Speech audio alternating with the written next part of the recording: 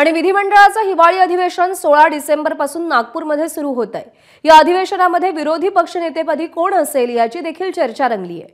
दरम्यान विरोधी पक्षनेते पदासाठी अद्याप अर्जच आला नसल्याची माहिती विधानसभा अध्यक्ष राहुल नार्वेकरांनी दिली आहे। विरोधकांकडून अर्ज आल्यानंतर विरोधी पक्षनेतेपद द्यायचं की नाही याचा विचार करणार असल्याचं नार्वेकर म्हणतात। विरोधी पक्षनेते पदासाठी विरोधकांकडे आवश्यक संख्याबळ नाहीये। विरोधी बाकांवरती सगळ्यात मोठा पक्ष हा शिवसेना ठाकरे पक्ष असून त्यांनी विरोधी पक्षनेते पदाची फिल्डिंग लावण्यास सुरुवात केली आहे। तर काँग्रेसही विरोधी पक्षनेते पदासाठी इच्छुक असल्याचं सांगितलं जात आहे।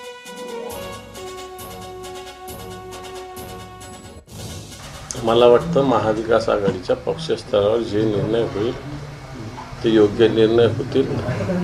त्याच्यामुळे जो पक्ष निर्णय घेतो तो अंतिम असतो आणि मान्य असतो।